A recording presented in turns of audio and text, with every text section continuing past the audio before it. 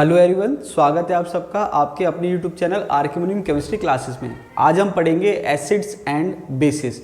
देखिए, acid base की अगर हम बात करें तो आप सबको आइडिया होगा कि एसिड्स क्या होते हैं और बेस क्या होते हैं, लेकिन अगर हम डिटेल में बात करें तो एसिड बेस की जो मेन थ्योरीज है या जो मेन कंसेप्ट है उसको आज हम डिस्कस करने वाले हैं। सबसे पहला जो कंसेप्ट है वो है आर्रीनियस कंसेप्ट। अब देखिए, आर्रीनियस ने एसिड बेस के बारे में क्या कहा। आर्रीनियस ने कहा जो जल में H+ आयन देते हैं वो एसिड कहलाते हैं। मतलब जो वाटर में H+ आयन देते हैं वो क्या कहलाते हैं, एसिड। और जो जल में OH- आयन देते हैं वो क्या कहलाते हैं, बेसिस। इसका मतलब क्या हुआ, आर्रीनियस के हिसाब से एसिड क्या है, जो जल में क्या करते हैं, H+ आयन देते हैं। समझ में आई बात। तो यहाँ पर अगर हम बात करें इसके हिसाब से एग्जांपल्स की एसिड की, तो HCl आप कह सकते हो, HNO3 आप कह सकते हो, H2SO4 आप कह सकते हो, ETC। ठीक है। और अगर बात करें बेस की, तो बेस किसको कहा इसने, जो जल में OH- आयन देते हैं, जो क्या करते हैं, जल में OH- आयन देते हैं। तो इसके हिसाब से बेस क्या हो जाएगा, NaOH, calcium hydroxide, rubidium hydroxide, ETC। ये आपके क्या हो गए, बेसिस। ETC में लगा देता हूँ, मतलब और भी हो सकते हैं। तो देखिए, आर्रीनियस का कंसेप्ट जो बिल्कुल सिंपल सा कंसेप्ट है। सिंपल सा कंसेप्ट क्या है कि वाटर में डिसॉल्व करने के बाद अगर वो H+ आयन देता है तो वो एसिड है, और अगर वो OH- आयन देता है तो वो बेस है। तो यहाँ पर आपको क्लियर हो गया होगा कि आर्रीनियस के हिसाब से एसिड कौन है, जो जल में H+ आयन देते हैं, और बेस कौन है, जो जल में OH- आयन देते हैं। ये बात आर्रीनियस की है। अगर हम इसकी लिमिटेशंस की बात करें, इस थ्योरी की लिमिटेशंस की बात करें, तो यहाँ पर लिमिटेशंस जो हैं वो क्या हैं, देख लेते हैं। सबसे पहली बात तो इसने कंडीशन ली है वाटर की, मतलब इसने वाटर एज अ सॉल्वेंट लिया है। तो यहाँ पर अगर मैं बात करूँ कि प्योर फॉर्म में अगर कोई चीज़ है, जैसे मान लीजिए ड्राई HCl है, जैसे मैंने क्या कहा, ड्राई HCl है। अब इस थ्योरी के हिसाब से ड्राई HCl है, मतलब इसमें जल तो प्रेजेंट है नहीं, तो जब जल प्रेजेंट नहीं है तो वो जल में H+ देगा कैसे। तो आर्रीनियस के हिसाब से ड्राई HCl को वो बेस नहीं कह सकते आप। क्यों, सॉरी, एसिड नहीं कह सकते। क्यों, क्योंकि एसिड कब है, जो जल में H+ देगा। अब अगर मैंने कहा कोई जल है ही नहीं, मतलब वो प्योर फॉर्म में है, तो वहाँ पर आप उसकी एसिडिटी या बेसिसिटी के बारे में नहीं बता सकते, या ये नहीं बता सकते कि वो एसिड है या बेस है। तो पहली बात तो ये हो गई कि प्योर फॉर्म में आप नहीं बता सकते कि वो एसिड है या बेस है। दूसरी चीज़ ये हुई कि अगर मान लीजिए आप दूसरा कोई सॉल्वेंट काम में ले रहे हो, अनदर सॉल्वेंट, तो वहाँ पर भी क्योंकि इसने सॉल्वेंट बाउंड कर दिया है कि भाई वाटर होगा, तो अगर अनदर सॉल्वेंट जो है, कोई दूसरा सॉल्वेंट है जिसमें कोई चीज़ प्रेजेंट है, वहाँ पर भी आप उसको एक्सप्लेन नहीं कर सकते कि एसिड की तरह बिहेव करेगा या बेस की तरह बिहेव, क्योंकि यहाँ पर इसने कंडीशन बाउंड कर दी कि वाटर होना चाहिए। तो अगर मान लीजिए मैंने कहा कि कोई दूसरा सॉल्वेंट है, उसमें कोई एसिड प्रेजेंट है या बेस प्रेजेंट है, तो वहाँ पर आप उसको एसिड बेस नहीं कह सकते, क्योंकि यहाँ इसने वाटर कर लिया। तो एक चीज़ ये हो गई कि अगर कोई प्योर फॉर्म में है तो वहाँ पर आप उसकी एसिडिक स्ट्रेंथ या बेसिक स्ट्रेंथ या एसिड है या बेस है नहीं बता सकते। अगर कोई दूसरा सॉल्वेंट आपने ले लिया है तो आप उसको एसिड बेस नहीं समझा सकते। तीसरी बात, ऐसे एसिड जिनमें H+ नहीं है उनको ये नहीं समझा पाया। जैसे मान लीजिए AlCl3 है या FeCl3 है, ये मान लीजिए एसिड की तरह बिहेव करते हैं। हम जानते हैं कि भाई ये एसिड की तरह बिहेव कर सकते हैं। तो यहाँ पर AlCl3 और FeCl3 हैं, और भी एग्जाम्पल हैं। तो वहाँ पर ये जो कंसेप्ट है आर्रीनियस का, वो नहीं समझा पाया कि ये जो है कैसे एसिड की तरह बिहेव करेंगे या नहीं करेंगे। तो यहाँ पर ये एसिड होते हैं, हम जानते हैं, लेकिन ये आर्रीनियस के हिसाब से आर्रीनियस इसको एक्सप्लेन नहीं कर पाया, क्योंकि इसमें H+ ही नहीं है। तो जब H+ है ही नहीं तो H+ देगा कैसे। तो इसका मतलब ये है कि आर्रीनियस के हिसाब से ये एसिड नहीं है। साथ के साथ ये जो डिफरेंट बेस हैं, जैसे मान लीजिए अमोनिया है, और भी एग्जाम्पल हो सकते हैं। अब अमोनिया जो है बेस की तरह बिहेव कर सकता है, या अमीन कह सकते हैं हम, अमोनिया के साथ आप अमीन कह सकते हो। ठीक है, वाटर तो छोड़ देता हूँ मैं, एक बार कंफ्यूज हो जाओगे नहीं तो आप। तो यहाँ पर मैंने कहा अमोनिया है और अमीन है, और भी हो सकते हैं। तो यहाँ पर ये बेस की तरह बिहेव करते हैं। किसकी तरह बिहेव करते हैं, बेस की तरह।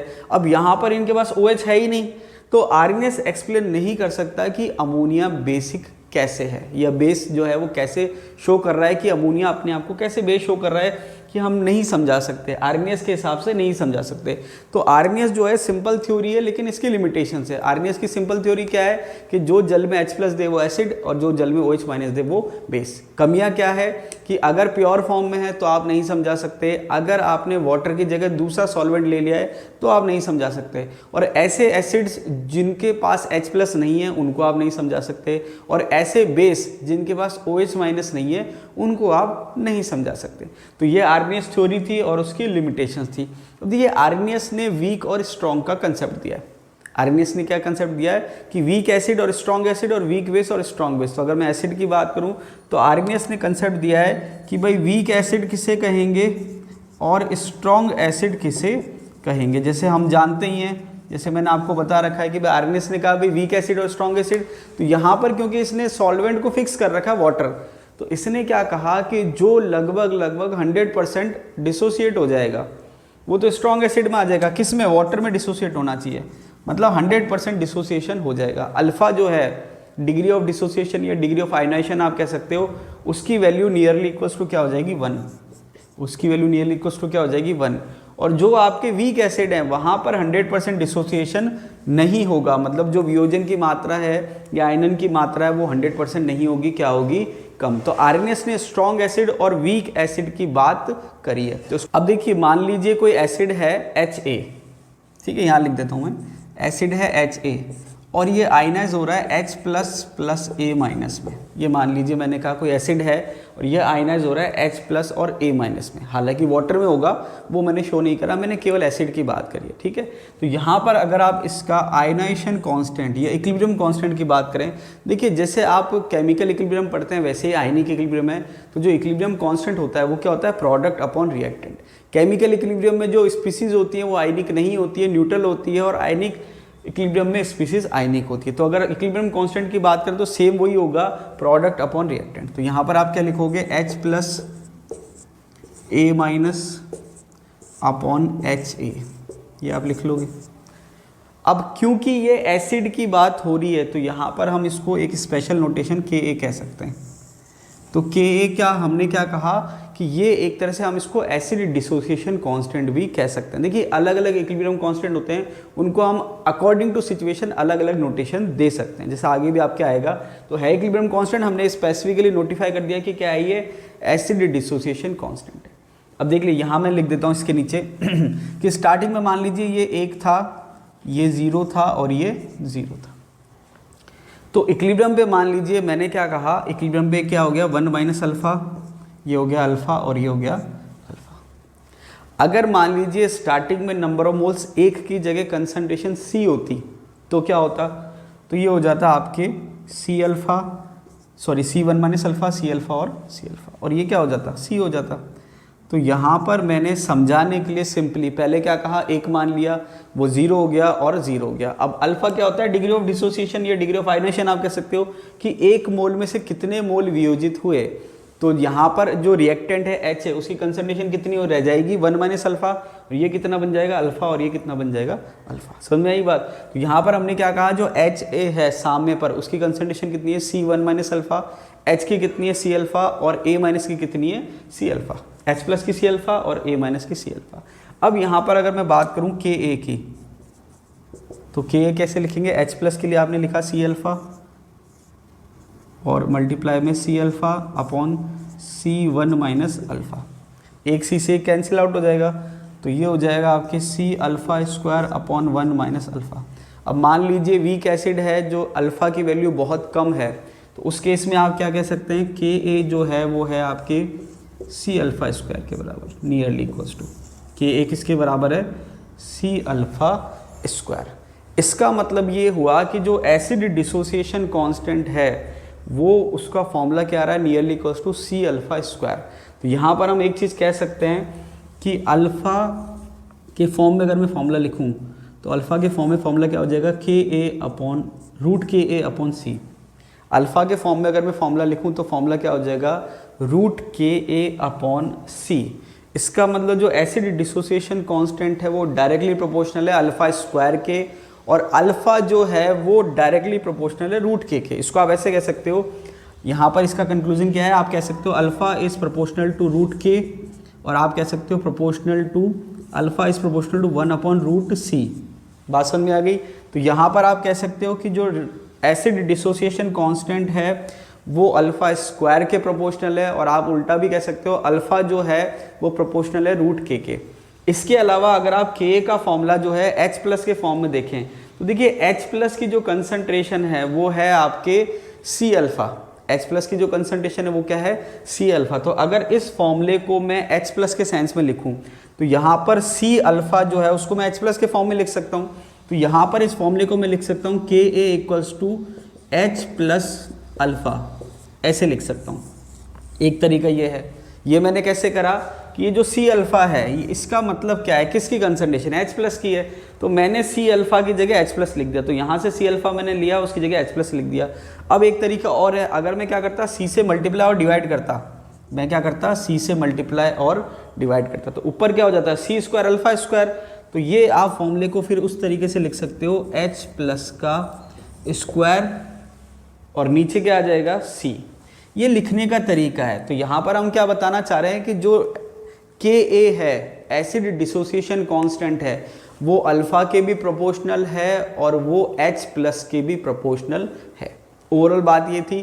तो यहाँ पर आपको समझने की बात यह है कि जो एसिड डिसोसिएशन कांस्टेंट है अगर वो बढ़ेगा, यहाँ पर सिंपल सा मतलब ये है कि जो एसिड की स्ट्रेंथ है, एसिड स्ट्रेंथ की अगर मैं बात करूँ तो वो किस किस चीज़ों पर डिपेंड कर रही है, वो डिपेंड कर रही है Ka पर, वो डिपेंड कर रही है H+ पर, और वो डिपेंड कर रही है अल्फ़ा पर।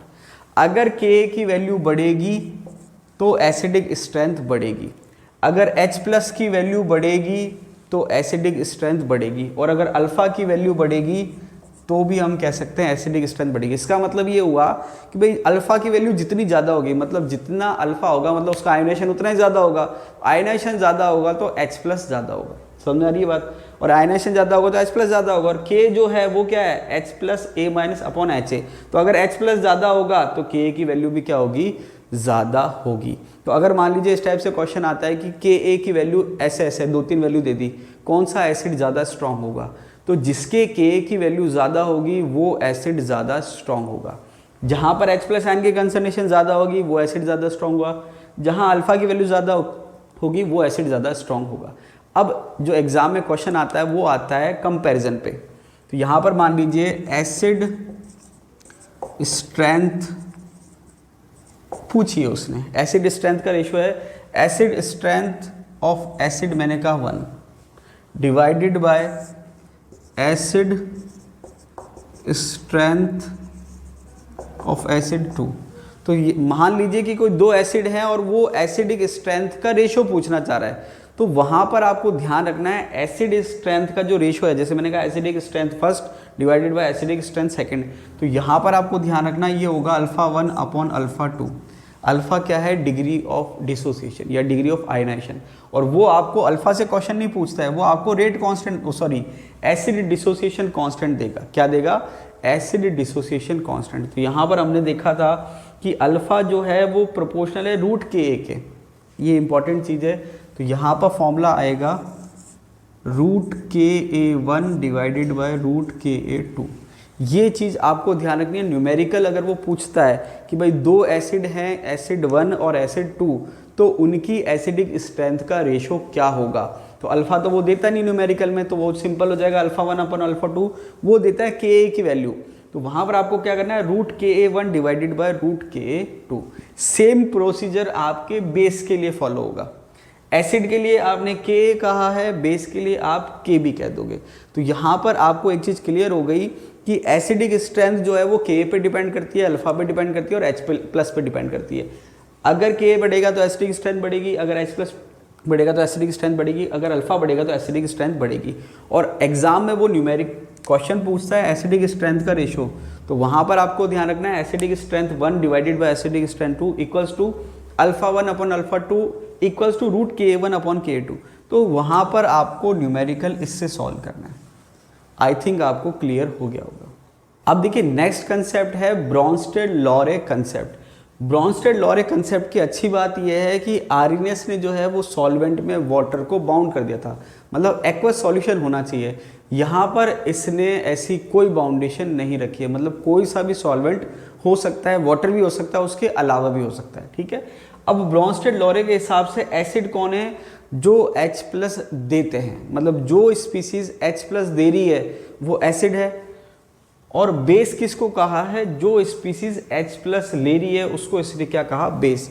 इसका मतलब ये हुआ कि जब हम सॉल्यूशन में एक स्पीसीज को रखेंगे या उसको डिसॉल्व करेंगे तो वो अगर H+ दे रहा है तो सामने वाला H+ लेगा, और अगर कोई H+ ले रहा है तो सामने वाला H+ देगा। तो यहाँ पर दोनों कंबाइंड फॉर्म में बिहेव करेंगे। अब मैं आपको समझाऊंगा कंसेप्ट क्या है। तो सिंपल सा आपको क्या ध्यान रखना है, जो H+ देता है वो एसिड है और जो H+ लेता है वो बेस है। एग्जाम्पल की बात करें तो एग्जाम्पल में HCl, HBr, HNO3, H3PO4 ये सारे आ जाएंगे। ये सारे जितने भी आपने पढ़े हैं जो H+ देते हैं वो सारे इसमें आ जाएंगे। और बेस की अगर हम बात करें तो जैसे अमोनिया हो गया, अमीन हो गया, और भी आ सकते हैं आपके। तो जो H+ लेगा वो किस में आ जाएगा, बेस की कैटेगरी में आ जाएगा। समझ आ रही बात। तो जो H+ दे रहा है वो एसिड और जो H+ ले रहा है वो बेस। अब इसमें इंपॉर्टेंट बात क्या है, आर्रहनेस के हिसाब से तो एसिड बेस फिक्स है। क्यों? क्योंकि वहाँ कंडीशन फिक्स है कि भाई वाटर में है, तो कंडीशन के हिसाब से फिक्स है कि भाई एसिडिक एसिड है तो वाटर में H+ देगा तो एसिड ही है। और उसने क्या कहा कि जैसे NaOH है तो वहाँ पर वो वाटर में OH देगा तो बेस है। यहाँ पर आपको एक चीज़ ध्यान रखनी है ब्रॉन्स्टेड-लॉरे कंसेप्ट के हिसाब से, दो चीज़, कि एसिड की तरह बिहेव करेगा या बेस की तरह बिहेव करेगा, एक बात तो ये। दूसरी चीज़ उसकी स्ट्रेंथ, कि भाई स्ट्रॉन्ग होगा या वीक होगा, डिपेंड करेगा आप साथ में क्या ले रहे हो। समझ आ रही बात। इसका मतलब क्या हुआ कि आप जो है किसके साथ क्या ले रहे हो उस पर डिपेंड करेगा कि स्पीसीज एसिड की तरह बिहेव करेगी या बेस की तरह बिहेव करेगी। दूसरा, स्ट्रॉन्ग की तरह बिहेव करेगी या वीक की तरह, क्योंकि वहां तो हमने आर्रहनेस में वाटर फिक्स करा था तो हमको पता चल गया भाई वाटर में 100% आयनाइज हो रहा था स्ट्रॉन्ग है, आयनाइज नहीं हो रहा था वीक है। लेकिन यहाँ पर क्योंकि कंडीशन फिक्स नहीं है, अब इसका क्या मतलब है मैं आपको समझाता हूँ। जैसे मान लीजिए आपने लिया HCl प्लस H2O, वाटर के एग्जाम्पल से समझते हैं।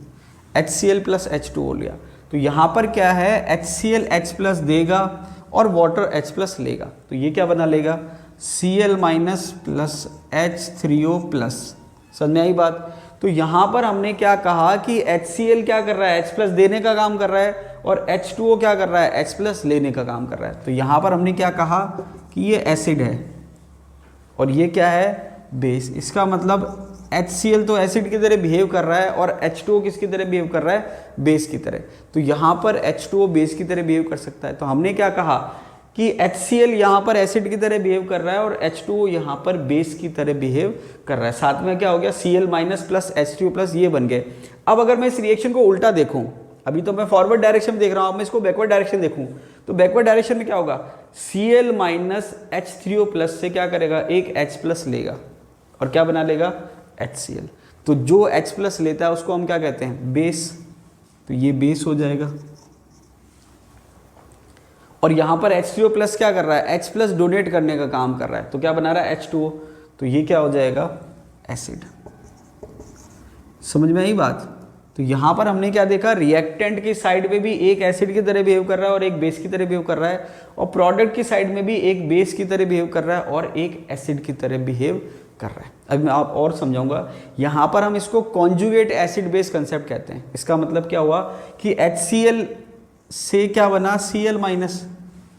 तो ये अगर एसिड है तो ये क्या हो गया, इसका कॉन्जुगेट बेस हो गया। क्या हो गया, कॉन्जुगेट बेस। और H2O जो है बेस की तरह बिहेव कर रहा है, तो यहाँ पर मैंने कहा कि इससे क्या बना, H3O+। तो ये बेस की तरह बिहेव कर रहा है, तो इससे जो बना है स्पीसीज उसको हमने क्या कहा, कॉन्जुगेट एसिड। तो इसको हम कॉन्जुगेट एसिड बेस पेयर भी कहते हैं या कॉन्जुगेट एसिड बेस कंसेप्ट भी कहते हैं। तो देखिए यहाँ पर जो एसिड था उसने H+ डोनेट करा और डोनेट करने के बाद जो स्पीसीज बनी उसको हमने कहा उसका कॉन्जुगेट बेस। मतलब ये एसिड है तो इसका कॉन्जुगेट बेस ये है, ठीक है। फिर हमने क्या कहा, H2O H+ ले रहा है तो ये बेस की तरह बिहेव कर रहा है, तो H प्लस लेने के बाद इसने बनाया H2 प्लस, तो ये बेस है तो इससे क्या बना, कॉन्जुगेट एसिड। समझ में आ रही बात? तो एसिड से बेस बनता है, बेस से एसिड बनता है, तो उसको हम कहते हैं कॉन्जुगेट एसिड बेस पेयर। अब दूसरा एग्जांपल लेता हूँ, मैंने लिया अमोनिया और H2O। समझ में आई बात? तो यहां पर HCl एसिड की तरह बिहेव कर रहा था, यहां अमोनिया बेस की तरह बिहेव करेगा, और ये बेस की तरह बिहेव करेगा तो ये एसिड की तरह बिहेव करेगा। तो देखिए रिएक्शन क्या होगी, अब अमोनिया बेस की तरह बिहेव करेगा तो इसके हिसाब से बेस कौन है, जो H प्लस लेगा, तो यहां पर ये बनाएगा NH4 प्लस। क्या बनाएगा, NH4 प्लस। और यहां पर इसने क्या करा, H प्लस दिया तो ये क्या बनाएगा, OH माइनस। समझ में आई बात? तो यहाँ पर अमोनिया बेस की तरह बिहेव कर रहा है और H2O एसिड की तरह बिहेव कर रहा है। क्यों? क्योंकि अमोनिया ने क्या करा, एक H प्लस लिया, तो जो H प्लस ले रहा है वो बेस है, और वाटर ने क्या करा, एक H प्लस दिया, तो ये किसकी तरह बिहेव कर रहा है, एसिड की तरह बिहेव कर रहा है। किसकी तरह बिहेव कर रहा है, एसिड की तरह। तो बेस से जो बना वो क्या बना, एसिड, और एसिड से जो बना वो क्या बना, बेस। तो यहाँ पर हम इसको क्या कहेंगे, कॉन्जुगेट एसिड और कॉन्जुगेट बेस। तो हमने क्या कहा, बेस से जो बना वो बना कॉन्जुगेट एसिड, और एसिड से जो बना उसको हमने कहा कॉन्जुगेट बेस। बात समझ में आ रही है? तो यहां पर मैंने अभी आपसे क्या कहा था, दो चीज, कि एसिड और बेस कौन सी स्पीसीज कब किसकी तरह बिहेव करेगी, ये डिपेंड करेगा आपने उसको किसके साथ लिया है। अब इसको हम समझते हैं। यहां पर अगर मैं बात करूं वाटर किसकी तरह बिहेव करेगा, तो आप कर रहे हो बेस की तरह, क्योंकि रिएक्शन में क्या है, वो H प्लस ले रहा है, तो वाटर बेस की तरह बिहेव कर रहा है, और यहां पर वाटर किसकी तरह बिहेव कर रहा है, एसिड की तरह। तो यहां पर मैंने जो आपको समझाना चाह रहा था वो यही है कि कोई स्पीसीज जो है वो एसिड की तरह बिहेव करेगी या बेस की तरह बिहेव करेगी, वो डिपेंड करता है कि साथ में आपने क्या ले रखा है। तो मैंने एग्जाम्पल से आपको समझा दिया कि वाटर जो है यहाँ पर बेस की तरह बिहेव कर रहा है और यहाँ पर वाटर एसिड की तरह बिहेव कर रहा है। क्यों? क्योंकि इसके साथ जो आपने लिया है वो इसके कंपैरिजन में स्ट्रॉन्ग एसिड है, तो ये स्ट्रॉन्ग एसिड है तो एसिड की तरह बिहेव करेगा, और ये वीक एसिड है तो ये बेस की तरह बिहेव कर रहा है, अगर मैं मानूँ तो। इसके बाद मैंने कहा अमोनिया और वाटर, तो अगर मैंने कहा अमोनिया जो है इसके कंपैरिजन में स्ट्रॉन्ग बेस है, तो ये बेस की तरह बिहेव करेगा और ये एसिड की तरह बिहेव करेगा। समझ आ गई बात? तो जो डोमिनेटिंग है उसके हिसाब से रिएक्शन होगी। मतलब अगर स्ट्रॉन्ग एसिड है तो दूसरी स्पीसीज बेस की तरह बिहेव करेगी, और अगर स्ट्रॉन्ग बेस है तो दूसरी स्पीसीज एसिड की तरह बिहेव करेगी। तो हमने क्या देखा कि एसिड की तरह स्पीसीज बिहेव करेगी या बेस की तरह, साथ में डिपेंड करेगा आपने साथ में क्या ले रखा है। दूसरी बात है स्ट्रेंथ। दूसरी बात क्या है, स्ट्रेंथ। स्ट्रेंथ का मतलब क्या है कि जैसे हमने बात करी थी आर्गेनियस एसिड की, तो आर्गेनियस में हमने क्या कहा था, HCl, HNO3, H2SO4 ये सारे स्ट्रॉन्ग एसिड है। क्यों? क्योंकि जल में 100% क्या हो रहे हैं, आयनाइज हो रहे हैं। अब ये एसिड भी 100% आयनाइज हो रहा है, तो ये एसिड भी 100% आयनाइज हो रहा है, तो ये एसिड भी 100% आयनाइज हो रहा है, तो वो तीनों 100% आयनाइज हो रहे हैं। तो उनमें हम कंपैरिजन नहीं कर सकते कि कौन सा ज़्यादा स्ट्रॉन्ग है। क्यों? क्योंकि जब 100% ही हो गया तीनों के तीनों, तो फिर उसमें आप डिफरेंस नहीं कर सकते। लेकिन यहाँ पर आप डिफरेंट सॉल्वेंट लेकर कंपेयर कर सकते हो। जैसे मान लीजिए आपने वाटर की जगह एसिटिक एसिड सॉल्वेंट ले लिया, तो अब एसिटिक एसिड में सबकी जो स्ट्रेंथ है वो सेम नहीं आएगी। समझ आ रही बात? तो जो आपने HNO3, HCl, H2SO4 कहा था, उन सबकी स्ट्रेंथ सेम नहीं आएगी, तो वहां पर उनकी स्ट्रेंथ क्या आएगी, अलग अलग। मतलब जो स्ट्रेंथ है वो किस पे डिपेंड कर रही है, जो आपने साथ में सॉल्वेंट लिया है उस पर डिपेंड कर रही है। अब एक एग्जांपल और समझाता हूँ। जैसे अगर आपसे कोई पूछे अमोनिया क्या है, तो अमोनिया वीक बेस की तरह बिहेव करेगा। तो देखिए ये वीक एसिड, हाँ एक चीज़ और बता देता हूँ, ये बेस है तो क्या बन गया, कॉन्जुगेट एसिड। ये एसिड है तो क्या बन गया, कॉन्जुगेट बेस। अब कॉन्जुगेट एसिड बेस का कंसेप्ट क्या है, एक H प्लस डोनेट करने के बाद, जो एसिड है वो H प्लस डोनेट कर रहा है, तो एसिड ने H प्लस डोनेट करा, और एक H प्लस डोनेट करने के बाद जो स्पीसीज बनी वो उसका क्या है, कॉन्जुगेट बेस। तो कॉन्जुगेट एसिड बेस में एक H प्लस का अंतर होता है, ये आपको ध्यान रखना है। कॉन्जुगेट एसिड बेस में एक H प्लस का या प्रोटॉन का अंतर होता है।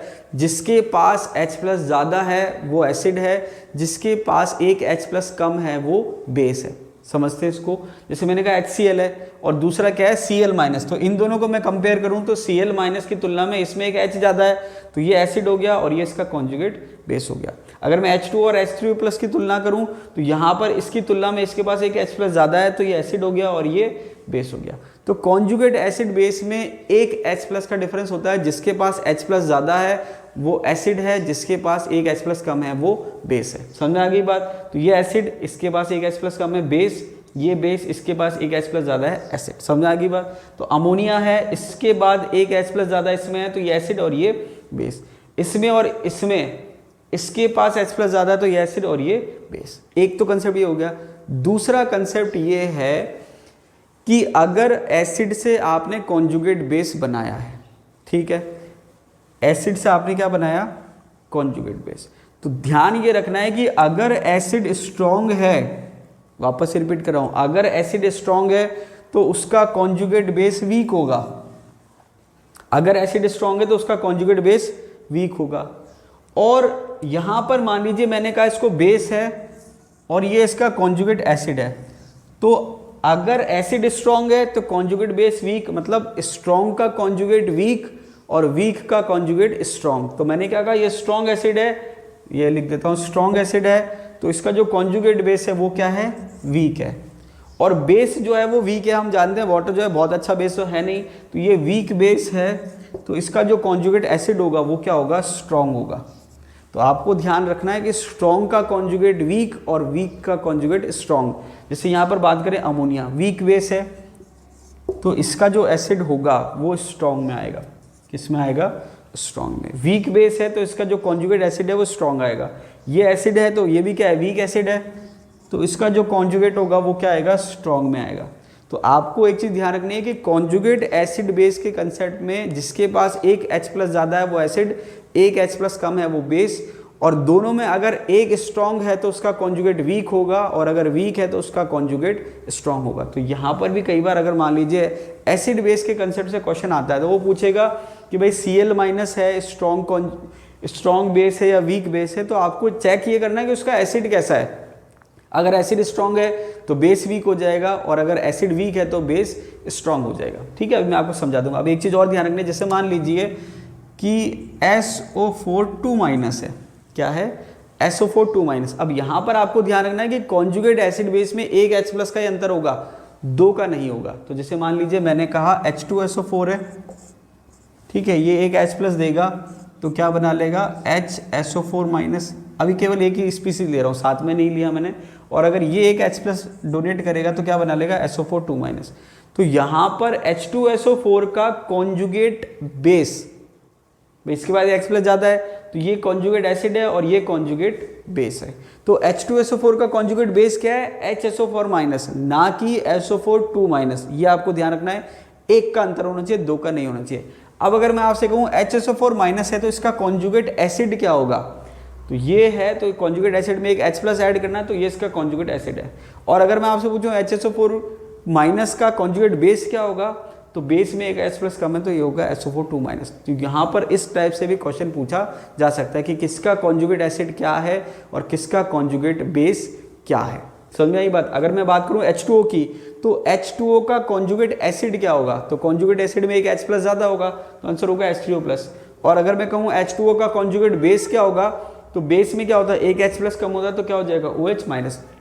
आपको ध्यान रखना है कॉन्जुगेट एसिड बेस में केवल एक H प्लस का अंतर होता है। तो स्ट्रॉन्ग का वीक, वीक का स्ट्रॉन्ग। तो यहाँ पर ये चीज़ क्लियर हो गई कि एसिड की तरह बिहेव करेगा या बेस की तरह बिहेव करेगा, वो डिपेंड करेगा साथ में आपने क्या लिया है। दूसरा, स्ट्रॉन्ग है या वीक है वो भी डिपेंड करेगा साथ में आपने क्या लिया है। एक एग्जाम्पल और समझाता हूँ कि अमोनिया जो है वाटर में किसकी तरह बिहेव कर रहा है? वीक एसिड की तरह बिहेव कर रहा है। किसकी तरह बिहेव कर रहा है? वीक एसिड की तरह। लेकिन वही अमोनिया एसिडिक एसिड में किसकी तरह बिहेव करेगा?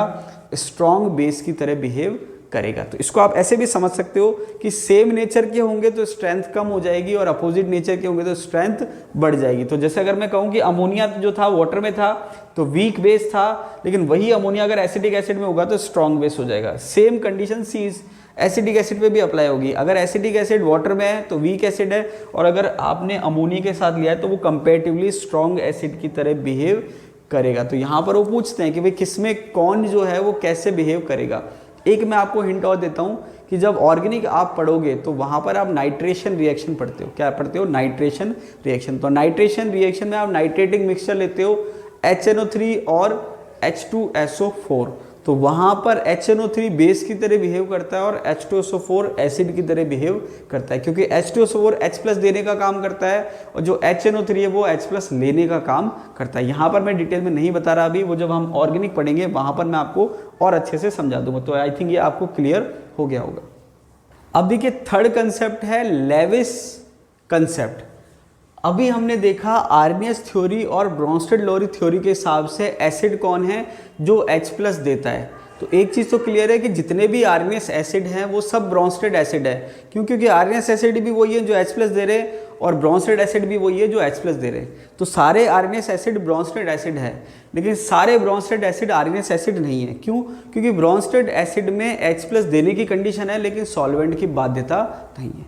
तो यहाँ पर ऐसे एसिड जिनके पास H+ है ही नहीं, उनको कैसे समझाएं? तो उनको समझाने के लिए लुईस ने कंसेप्ट दिया। अब लुईस के हिसाब से एसिड हम किसे कहते हैं और बेस हम किसे कहते हैं वो देख लेते हैं। तो देखिए लुईस के हिसाब से एसिड क्या कहा इसने कि जो लोन पेयर क्या करे, एक्सेप्ट करे, या लोन पेयर एक्सेप्टर। जो लोन पेयर को हिंदी में कहते हैं एकल युग्म, जो एकल युग्म को एक्सेप्ट करे या ले उसको हम कहते हैं एसिड। और जो लोन पेयर को डोनेट करे, बेस क्या है, जो लोन पेयर को क्या करे, डोनेट करे। मतलब लोन पेयर एक्सेप्टर तो एसिड हो गया और लोन पेयर जो डोनर है वो क्या हो गया, बेस।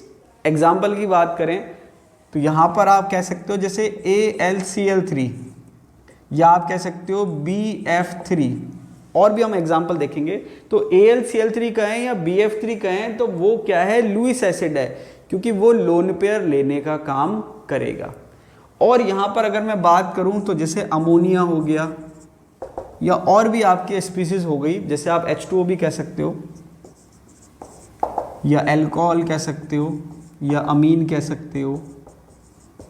तो यहाँ पर ये किसकी तरह बिहेव करेंगे, बेस की तरह बिहेव करेंगे। तो आपको एक चीज़ समझ में आ गई होगी कि जो लोन पेयर एक्सेप्ट कर रहा है वो लुईस एसिड है और जो लोन पेयर डोनेट कर रहा है वो क्या है, बेस है। अब देखिए H2O जो है लोन पेयर बेस की तरह बिहेव करेगा।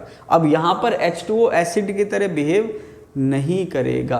क्यों? क्योंकि एसिड क्या है, जो लोन पेयर ले रहा है। अब H2O तो लोन पेयर लेगा नहीं, तो यहाँ पर ध्यान रखना है कि कौन किसकी तरह बिहेव करेगा। क्योंकि H2O जो है वो बीच में आता है, बीच का मतलब वो एसिड की तरह भी बिहेव कर सकता है और वो बेस की तरह भी बिहेव कर सकता है। तो अगर मैं कह रहा हूँ H2O बेस की तरह बिहेव कर रहा है तो वो किसके हिसाब से है, लुईस के कंसेप्ट के हिसाब से। तो ये थोड़ा सा आपको क्लियर रखना है, ज़्यादा कंफ्यूज नहीं होना। बहुत ज़्यादा डिटेल में देखिए क्वेश्चन नहीं आएंगे, लेकिन मैंने आपको कंसेप्ट क्लियर करने के हिसाब से बिल्कुल आराम से एक एक एग्जांपल समझा रहा हूँ। तो लुईस एसिड कौन है, जो लोन पेयर एक्सेप्ट करता है, और लुईस बेस कौन है, जो लोन पेयर डोनेट करता है। अब देखिए लुईस एसिड की अगर हम बात करें तो लुईस एसिड की तरह कौन कौन बिहेव कर सकता है या लुईस एसिड कौन कौन हो सकते हैं। तो सबसे पहले अगर हम बात करें कैटायंस का मतलब जिन पर पॉजिटिव चार्ज होता है, क्योंकि वो इलेक्ट्रॉन लेने की टेंडेंसी रखते हैं तो वो एसिड की तरह बिहेव करते हैं, लुईस एसिड की तरह बिहेव करते हैं। इसमें आप जैसे मान लीजिए Na+ आयन है या कोई भी मेटल आयन है वो ले सकते हैं, या जैसे H+ आयन है ये भी आपके आ जाएगा। H+ की जगह CH3+ कर लीजिए, H+ सही नहीं है, CH3+ है, ये भी आपके क्या करेगा, कैटायन है तो लुईस एसिड की तरह बिहेव करेगा। या जितने भी और स्पीसीज हैं, R+ है, ये सब आपके क्या हैं, लुईस एसिड की तरह बिहेव करेंगे। एक चीज़ ध्यान रखना, इसमें H3O+ और NH4+ नहीं आएंगे। मतलब अगर आपसे कोई पूछे H3O+ लुईस एसिड है या नहीं, तो आप सोचोगे भाई प्लस है तो इसका मतलब क्या है, लुईस एसिड होगा, क्योंकि इलेक्ट्रॉन लेने की टेंडेंसी करता है। ध्यान ये रखना है H3O+ का ऑक्टेट पूरा है, ऑक्टेट क्या है, पूरा। अब ये और इलेक्ट्रॉन नहीं ले सकता, सेम NH4+ के लिए।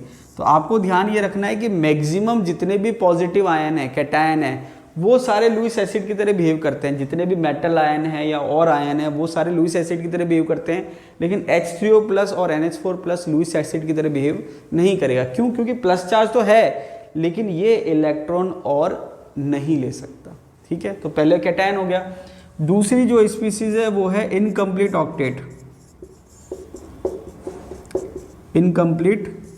ऑक्टेट जिसका अष्टक पूरा नहीं है वो भी लुईस एसिड की तरह बिहेव करते हैं। तो यहाँ पर मेनली जो आपके एल्कली अर्थ मेटल वाला ग्रुप है वो, और जो आपके P1 वाला जो एल्यूमिनियम वाला ग्रुप है या बोरोन वाला ग्रुप है वो आ जाएगा। तो जैसे एग्जांपल की बात करें BeCl2, BF3, AlCl3 ETC, तो यहाँ पर जो सेकंड आपके जो ग्रुप है वो या S2 वाला ग्रुप जो है और जो P1 वाला ग्रुप है वो आपके किस में आ जाएंगे, लुईस एसिड की कैटेगरी में आ जाएंगे। क्यों?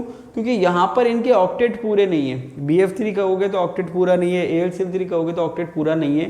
तो ऐसी स्पीसीज जिनका ऑक्टेट पूरा नहीं है वो आपके लुईस एसिड में आ जाएगा क्योंकि ये इलेक्ट्रॉन लेने की टेंडेंसी रखते हैं। तीसरी कंडीशन है एम्प्टी डी ऑर्बिटल। इसका मतलब क्या है? मतलब डी ब्लॉक के जो एलिमेंट्स हैं, या सॉरी डी ब्लॉक का जरूरी है डी ब्लॉक का हो, ऐसे एलिमेंट जिनके पास एम्प्टी डी प्रेजेंट है वो भी आपके लुईस एसिड की तरह बिहेव कर सकता है भले उसका ऑक्टेट पूरा हो। इसका सबसे बढ़िया एग्जांपल आप कह सकते हो SiCl4। अब SiCl4 की अगर हम बात करें तो इसका ऑक्टेट पूरा है लेकिन फिर भी ये लुईस एसिड की तरह बिहेव कर सकता है। क्यों? क्योंकि ये इलेक्ट्रॉन और ले सकता है। कहाँ पर ले सकता है? डी ऑर्बिटल में। इसके बाद जो एम्प्टी डी है वहाँ पर ये इलेक्ट्रॉन लेने की टेंडेंसी रखता है। तो CCl4 जो है वो लुईस एसिड नहीं है लेकिन SiCl4 लुईस एसिड है क्योंकि कार्बन के पास एम्प्टी डी ऑर्बिटल नहीं है इलेक्ट्रॉन लेने के लिए, लेकिन सिलिकॉन के पास है। सेम क्वेश्चन आता है कि कार्बन टेट्राक्लोराइड का हाइड्रोलाइसिस नहीं होता, जल अपघटन नहीं होता, जबकि SiCl4 का हाइड्रोलाइसिस या जल अपघटन हो जाता है। कारण क्या है? इसके पास एम्प्टी डी ऑर्बिटल हैं, कार्बन टेट्राक्लोराइड के पास नहीं है। और एग्जांपल अगर हम बात करें FeCl3 आप कह सकते हो, ZnCl2 आप कह सकते हो, ETC। तो जितने भी डी ब्लॉक के एलिमेंट्स हैं वो खुद या जिनके पास एम्प्टी डी ऑर्बिटल है वो सारे इस कैटेगरी में आ जाएंगे। जैसे आप PCl3 भी लिख सकते हो। तो PCl3 भी क्या है? इसके पास आपके एम्प्टी डी ऑर्बिटल प्रेजेंट है तो यहाँ पर ये इलेक्ट्रॉन लेने की टेंडेंसी रखता है। समझ में आ रही बात? तो ये आपके कैटायन हो गया, इनकम्प्लीट हो गया, एम्प्टी ऑर्बिटल हो गया। इसके अलावा ये बहुत कॉमन नहीं है लेकिन यहाँ पर अगर ऐसी स्पीसीज हैं जिसमें मल्टीपल बॉन्ड प्रेजेंट है, क्या है? मल्टीपल बॉन्ड का मतलब डबल बॉन्ड या ट्रिपल बॉन्ड प्रेजेंट है और हेटेरो एटम है तो वो भी इस कैटेगरी में आ सकते हैं। एग्जाम्पल लिख देता हूँ डायरेक्ट, CO2 SO3। तो यहाँ पर CO2 और SO3 जो है वो भी क्या है? लुईस एसिड की तरह बिहेव कर सकते हैं। SO2 भी आप कह सकते हो यहाँ पर। तो ऐसी स्पीसीज जो हेटेरो एटम के साथ जुड़ी हुई है, मतलब दूसरे एटम के साथ जुड़ी हुई है और जिसकी इलेक्ट्रॉन नेगेटिविटी ज़्यादा है और मल्टीपल बॉन्ड से जुड़ी हुई है, वो भी लुईस एसिड की तरह बिहेव कर सकते हैं। एक चीज़ का और ध्यान रखना है कि यहाँ पर लुईस एसिड के टर्म कहूँ या इलेक्ट्रोफाइल कहूँ एक ही बात है, मतलब लगभग मीनिंग एक जैसा है। इलेक्ट्रोफाइल को हिंदी में कहते हैं इलेक्ट्रॉन स्नेही। तो इलेक्ट्रॉन स्नेही वो होता है जो इलेक्ट्रॉन लेने की टेंडेंसी रखता है और लुईस एसिड क्या है? जो लोन पेयर लेने की टेंडेंसी रखते हैं। तो दोनों का नेचर लगभग सेम होता है। तो यहाँ पर जितने भी मैंने कंडीशन बताई है ये सारी कंडीशन इलेक्ट्रोफाइल के लिए भी लागू होगी। तो जितने भी प्लस चार्ज स्पीसीज है उनको आप इलेक्ट्रोफाइल कह सकते हो, इनको छोड़कर, ठीक है। इसके अलावा ये भी इलेक्ट्रोफाइल में आ जाएंगे, ये भी इलेक्ट्रोफाइल में आ सकते हैं और ये भी इलेक्ट्रोफाइल में आ सकते हैं। ये मैंने आपको कॉमन कंसेप्ट बता दिया क्योंकि यहाँ पर हमने डिस्कस कर लिया है। तो ये जो चार कैटेगरी है ये लुईस एसिड की कंडीशन में आती है। इसके अलावा जो लुईस बेस है उसकी दो कंडीशन है, या तो आपके एनायंस हो या तो क्या हो, एनायंस। एनायंस का मतलब जिस पे नेगेटिव चार्ज हो। नेगेटिव चार्ज जो स्पीसीज है वो लुईस बेस की तरह बिहेव करेगा। तो जिन पर भी नेगेटिव चार्ज है वो क्या करेंगे? लुईस बेस की तरह बिहेव करेंगे। इसमें आप चाहो तो OH माइनस लिख दो, Cl माइनस लिख दो, Cl माइनस लिख दो, ETC। जो लोन पेयर देने की टेंडेंसी रखते हैं जिस पर नेगेटिव चार्ज है वो इसमें आ जाएगा। दूसरा है जिनके पास लोन पेयर प्रेजेंट है, हालांकि उस पर नेगेटिव चार्ज नहीं है लेकिन अगर लोन पेयर प्रेजेंट है तो वो लुईस बेस की तरह बिहेव कर सकते हैं। इसका एग्जाम्पल हो जाएगा आपके एल्कोहल, अमोनिया, वाटर भी आप कह सकते हो। वाटर भी किसकी तरह बिहेव कर सकता है? लुईस बेस की तरह बिहेव कर सकता है। तो यहाँ पर ऐसी स्पीसीज जिन पे नेगेटिव चार्ज हो या लोन पेयर प्रेजेंट हो वो किसकी तरह बिहेव करेंगे? लुईस बेस की तरह। तो यहाँ पर लुईस की जो कंडीशन है, लुईस ने सिंपल सा कहा जो लोन पेयर ले रहा है वो एसिड है और जो लोन पेयर दे रहा है वो बेस है। तो यहाँ पर तो यहाँ पर जो है बाउंडेशन जो थी कि भाई H+ देगा या नहीं देगा, वो सारी खत्म हो गई। तो यहाँ पर ऐसे एसिड जिनके पास H+ प्रेजेंट नहीं है उनको लुईस ने अच्छे से समझाया, ये इसकी बहुत बड़ी अचीवमेंट थी। जैसे मान लीजिए AlCl3 है, तो AlCl3 को ना तो आप आर्गेनियस से समझा सकते हो ना ब्रोंस्टेड से समझा सकते हो, उसको आपने किससे समझाया, लुईस के कंसेप्ट से समझाया। तो जो लुईस का कंसेप्ट है बहुत बेसिक कंसेप्ट है, आपके आगे बहुत काम आएगा। तो एक चीज़ आपको ध्यान रखनी है कि जो लुईस एसिड है वो इलेक्ट्रोफाइल की तरह बिहेव कर सकते हैं और जो लुईस बेस है वो न्यूक्लियोफाइल की तरह बिहेव कर सकते हैं। तो आई थिंक आपको एसिड बेस का कंसेप्ट समझ में आ गया होगा। वीडियो को अंत तक देखने के लिए बहुत बहुत धन्यवाद।